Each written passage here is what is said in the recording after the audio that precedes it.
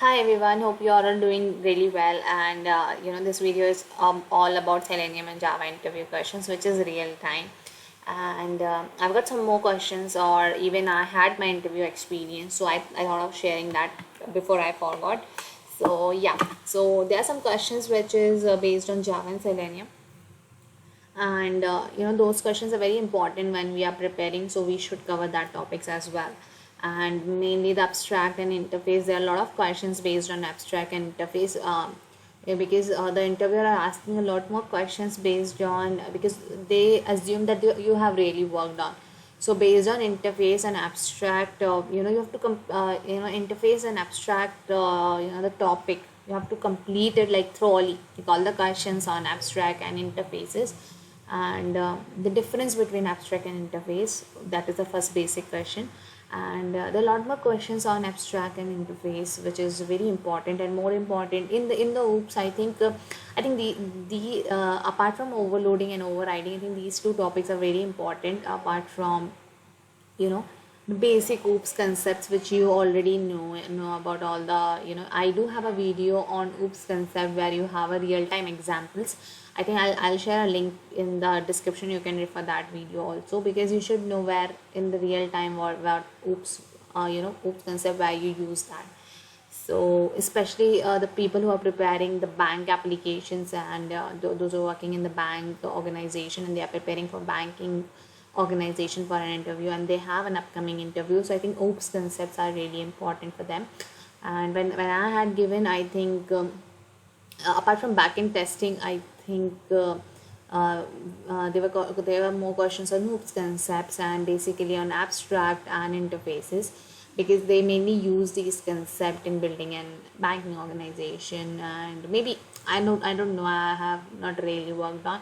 So I think these are the concepts they mainly use, because I have been asked those questions. And even on the abstract and interfaces, they modulate the questions and ask those questions. So I have a, whatever question asked to me, I have a little knowledge on that, so I'll be sharing that questions with you in this slide. And sorry for the given this brief description, because I wanted to let you know what I'm going to present you in this slide, because many of the people are just listen to the first section of mine, and they just commented like this and this. But I think this is very useful for you, that's why I'm sharing, at least for those who are preparing. So yeah. So this is the question based on Selenium. So how to handle Windows based pop-up. So how we handle, I think we use get window handlers, and these in the Selenium, just sharing the questions. So I think these are the basic questions which you use to know to how many different ways you can handle. So this is a big question. I think you guys have to search the Windows based pop-up, and maybe you do have a pop-up blocker, right, where you allow, where you accept and dismiss. And there are a lot more pop-ups where we, there is Ajax pop-up. Ajax is very, like, it's very old now, no one is asking Ajax pop-up. There are security blockers, like when you have it in your this one, right, you'll be having it in your URL section, you'll be having that blocker, like where you have to allow access, and you do that, right? So how you handle that? And let's say you have to pass there's a way, right, you have to pass um, okay, let it be, this is the one. And what is the written type of it, everything you have to understand and get window handle. Okay, so what are locators in Selenium? So there are chances that they may ask you to write the locators also, like they might give you some website, open that Amazon or maybe Flipkart, and write the locators for following elements present in the screen. So you should be knowing how to write the customize XPath. Don't do that the copy XPath and stuff like that. Just practice it. How you can do is customize XPath is really really easy. If you want, I can make a video on it, but I think you should know how to, by this time now, you should know how to make a customized XPath. So if someone asks you to write the XPath, you will be able to write it. Okay. And how you handle failed test cases. Okay, so how you identify. So even you can see it in your TestNG report, or there is iRetry analyzer interface where you use that. So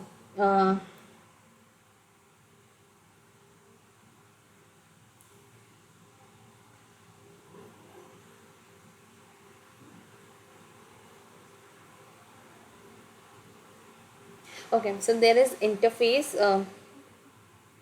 called iRetry Analyzer interface, and iRetry Analyzer it reruns the Selenium TestNG test when they are failed. Okay, so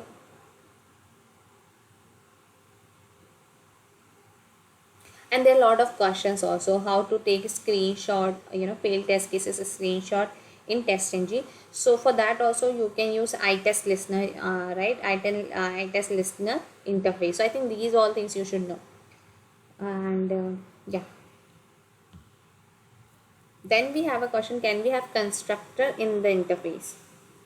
Okay, so this is the uh,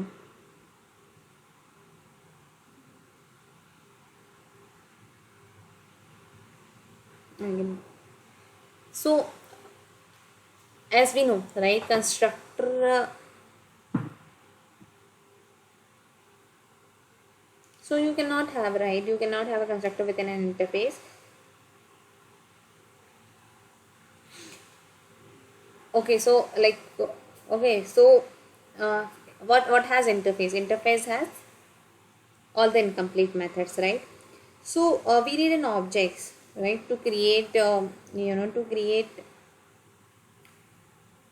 to call a method, right? We need and create, we like to call any method, we need an object. Since there is no need to have object of an interface, right, there is no need having constructor in interface. And constructor, what is the definition of constructor? Constructor is being called when at the time of object creation, right? So there is no link between, as you can say that in interface we don't need an object to be created, and constructor we need when we create an object. So when we are not creating an object, why we need constructor into interface? Okay, one second, I was facing some issue here, so that's the reason. Okay, can we make constructor final? No, this is a question. These are the, like, they play around. Okay, there are people who like, can we overload a constructor, can we override a constructor? There are a lot of questions based on constructor also. So I think these makes you confused as well. So I think you should be specific and you should know the this thing concepts. So I think even if someone asking a lot more questions also, you'll not be able to do that. You'll not be able to confuse, right? Like for example, you can overload a constructor, but you cannot override a constructor. So there is a concept why you cannot override a constructor, right? Because constructor and class has the same name, right? So should be having the same name. So right, you cannot override, yeah, right? It will act as a method if you are overriding it. Okay, I cannot go to that. Can we make constructor final? No, we cannot make constructor final. If we made a constructor final, it will throw a compile time error, and modifier final cannot be allowed. Alright, so I think that's why I've made an answer now, because I'll be going into different topics, because I just remember all those experience of mine. So yeah, can we make a constructor abstract? Which really make no sense actually, because object object like it mainly called at the time of object creations, so it cannot be a block without a body, right? So that's the thing. Yeah, is it allowed to mark a method abstract without marking a class abstract? So I think this is a question. I'll just take a second so that you guys can read it, because I'm gonna tell you the answer of this.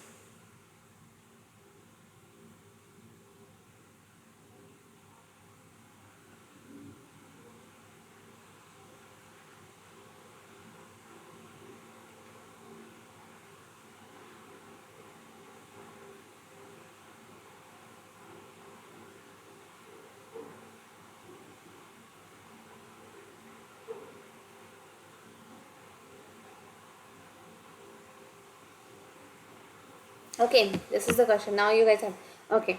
So it is allowed to mark a method abstract without marking a class abstract. So this is very simple concept, right?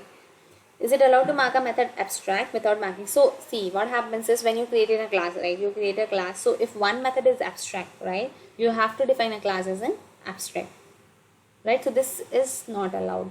So like if you have one incomplete method, if so you have to make a class as an abstract class, right? Because in the interface all the methods are incomplete, right? And in the abstract, what is the definition? You can have complete and incomplete method. Like you can have a body of a method, or you cannot have a body of a method, right?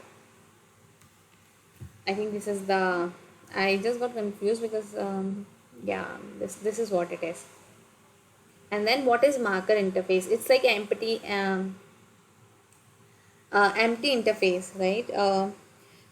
So it's mainly used, right, when you don't need to change, like it's mainly used, you just say that it's an empty interface, and it's very like useful when we have information about class, and that information never gonna change. And in such cases we can have the marker interface. Like when making empty, like marker interface or empty interface, which compiler to do such operations, some operations in the class. So this is what it is. When we have the class information which is not going to change it, you can make it as a marker interface. Okay, you should know in the interface how to create an interface, how to create an abstract also, right? They might ask you how to write an abstract class, write an interface class, right? So write an interface, how you gonna define the interface. So I think you should know how to do that. We generally, I think, never do, but abstract we do it. But interface, I think I have not experienced it since from when I have a 3 years of experience. Post that I might have, but I think if the interview is little tough nowadays, so you should know how to do that. Is it allowed to mark a method abstract as well as final? This question is important. No, you cannot make abstract class or final method final in Java, because the abstract and final are mutually exclusive concept. Abstract and final, right? An abstract method must be overridden to be useful, right? That's the reason we are using it, right? That's the reason we're making an abstract, so that everyone can people can override it as per their uses, or as per their as per their convenience. They can override it and we can reuse the code. And final means we cannot override a method, right? So we cannot do that. So these are like contradicting with each other. And I think this is a very easy thing. If you know final, if you know why we are using abstract, you will be able to answer this. I think we have some more questions. Yeah. So what are exceptions? How you handle it? Like we have no such element exception, no window exceptions, and stale element exception. And how you handle it? You can use throws, you can use try catch, right? You can use try catch exceptions, and there's so many. Like you might have a real time experiences how you handle but mainly we use try catch and throws for that. Okay.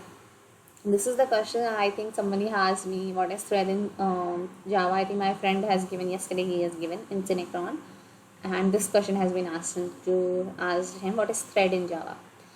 So thread class provide constructor and method to create, and perform operations on a thread.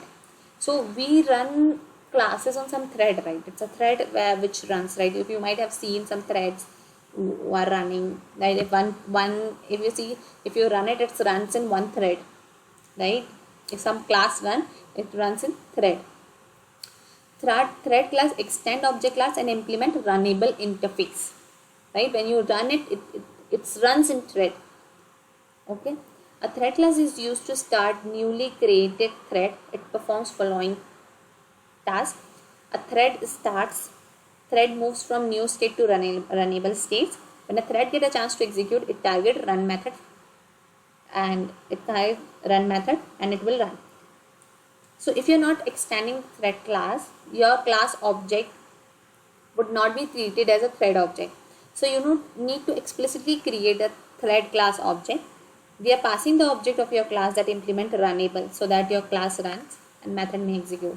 So I think this first line you should know. Thread class provide constructor and method to create and perform an operation on a thread. So if somebody asks you more questions on thread, you should know the details about it. So I think this is pretty much I got those questions. I have a lot more questions to tell you, but I don't want to put you everything on your head at the same time.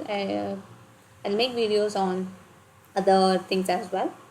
So yeah, thank you everyone. Thanks for watching, and please subscribe and like and share, because I just upload the video when I'll get the information.